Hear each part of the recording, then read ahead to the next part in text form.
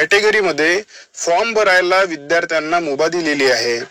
मागील काही काळामध्ये ज्या ॲडव्हर्टाइजमेंट निघालेल्या होत्या आणि विद्यार्थ्यांनी फॉर्म भरलेले होते ते सर्व फॉर्म पुन्हा एकदा काढून मराठा विद्यार्थ्यांना कॅटेगरी बदलवण्याची मुभा शासनाने दिलेली होती। MPSC ने सुद्धा आपल्या ॲडव्हर्टाइजमेंट मराठा विद्यार्थ्यांसाठी पुन्हा एकदा ओपन केलेल्या होत्या आणि विद्यार्थ्यांना फॉर्म भरण्याची संधी दिलेली होती। म्हणजेच कॅटेगरी बदलवण्याची संधी MPSC ने सुद्धा मराठा विद्यार्थ्यांना दिलेली होती आणि यामुळेच राज्यसेवेची परीक्षा सुद्धा पोस्टपोन करण्यात आलेली होती। सध्या 21 जुलै रोजी राज्यसेवेची परीक्षा होणार आहे आणि येत्या काही दिवसांमध्ये याची हॉल तिकीट सुद्धा विद्यार्थ्यांना उपलब्ध होऊन जाणार आहे। परंतु याबाबत एक महत्त्वपूर्ण बातमी आलेली आहे, ती बातमी आपण आधी बघून घेऊया। ही आजची आपली अपडेट आहे, ही आजची आपली न्यूज आहे।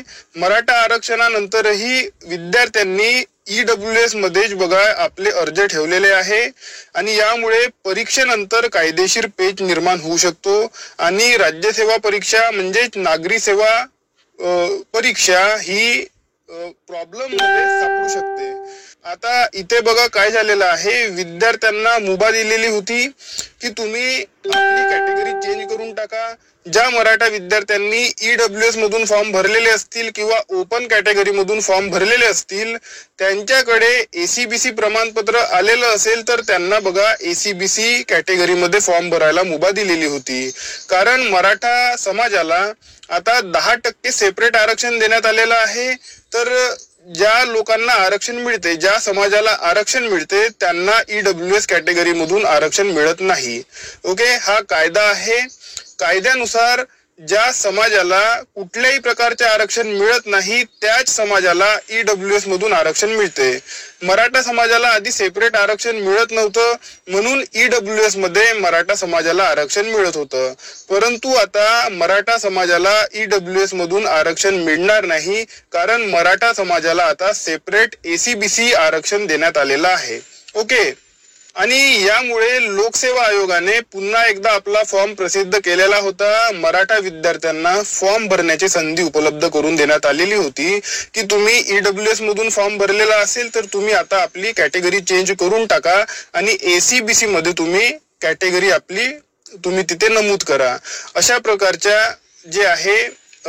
प्रकारचे नोटिफिकेशन आयोगाने काढलेले होते, परंतु यामध्ये प्रॉब्लेम ही झालेली आहे की फक्त आणि फक्त 8,308 विद्यार्थ्यांनीच कॅटेगरी चेंज केलेली आहे। हे बघा इथे लिहून आहे, फक्त केवळ बघा 8,308 उमेदवारांनीच ACBC प्रवर्गातून नव्याने अर्ज केलेला आहे।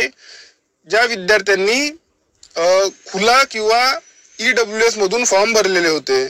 ओके, म्हणजे याचा अर्थ असा आहे की असे कितीतरी विद्यार्थी आहेत ज्यांनी बघा आपली कॅटेगरी चेंज केलेली नाही, ते EWS कॅटेगरी मध्येच असतील।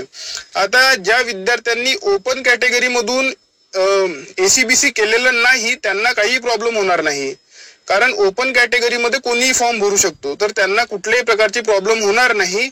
परंतु ज्या विद्यार्थ्यांनी EWS मधून फॉर्म भरलेले होते त्यांना ACBC करणे जे आहे अनिवार्य होते, कारण EWS मधून आता त्यांना आरक्षण मिळणार नाही आणि यामुळे कायदेशीर पेच प्रसंग सुद्धा निर्माण होऊ शकतो आणि परीक्षा संपुष्टात आल्यानंतर जेव्हा निकाल लागेल तेव्हा ज्या विद्यार्थ्यांनी परीक्षा दिलेली आहे त्या सर्व विद्यार्थ्यांना याचा फटका पडू शकतो।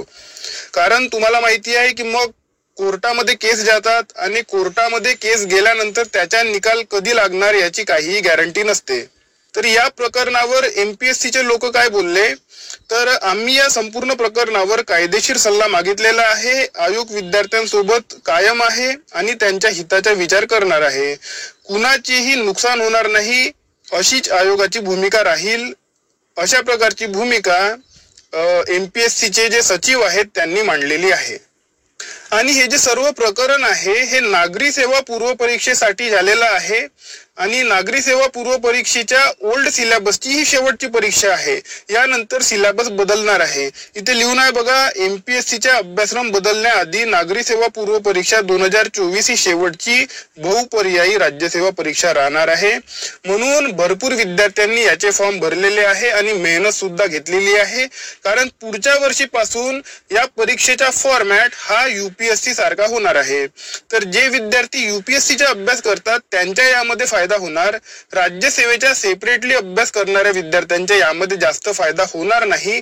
हे विद्यार्थ्यांना माहिती आहे. म्हणून विद्यार्थ्यांनी अभ्यास सुद्धा त्याचप्रमाणे केलेला आहे आणि विद्यार्थ्यांना यावर्षी फायदा होऊ शकतो हे मनात ठेवून विद्यार्थ्यांनी अभ्यास केलेला आहे. तर असे असेल तर विद्यार्थ्यांनी आपली कॅटेगरी चेंज करायला पाहिजे होती. कारण जर तुम्ही ईडब्ल्यूएस मध्ये ठेवलेलं असेल तर नंतर त्याचा फटका मराठा विद्यार्थ्यांना तर बघा बसणारच आहे. परंतु जर कोर्टामध्ये केस गेला तर परीक्षेचा निकाल सुद्धा अडकून राहू शकतो. आणि ज्या विद्यार्थ्यांनी ईडब्ल्यूएस कॅटेगरी मधून फॉर्म भरलेले असेल त्यांच्या नंतर काय होणार याबाबत आतापर्यंत स्पष्टता आलेली नाही. शासनाने सुद्धा काही सांगितलेलं नाही. परंतु कायद्यानुसार ईडब्ल्यूएस कॅटेगरीमध्ये विद्यार्थी फॉर्म भरू शकत नाही आणि अशा प्रकारे फॉर्म भरले असतील तरी सुद्धा त्यांना त्या आरक्षणाचा लाभ मिळू शकत नाही. कारण तुम्हाला सेपरेटली आरक्षण मिळालेलं आहे आणि सेपरेटली आरक्षण मिळून तुम्हाला कॅटेगरी चेंज करण्याची मुभा सुद्धा देण्यात आलेली होती. तर अशा वेळेस ईडब्ल्यूएस फॉर्म जर तुम्ही चेंज केलेला नाही तर या सर्व विद्यार्थ्यांना भविष्यामध्ये प्रॉब्लेम होऊ शकतो. तर हे सर्व प्रकरण आहे. या प्रकरणाबाबत तुमचे काय मत आहे हे तुम्ही मला कमेंट सेक्शन मध्ये नक्की सांगा. आपलं टेलिग्राम चॅनल सुद्धा आहे. टेलिग्राम चॅनलची लिंक मी तुम्हाला डिस्क्रिप्शन बॉक्स मध्ये दिलेली आहे. त्या लिंकवर क्लिक करून तुम्ही आपलं टेलिग्राम चॅनल जॉईन करू शकता. आता आपण भेटूया आपल्या पुढच्या व्हिडिओमध्ये. तोपर्यंत अभ्यास करत राहा. या व्हिडिओला लाईक करा, चॅनलला सबस्क्राईब करा आणि बेल आयकॉन प्रेस करून टाका.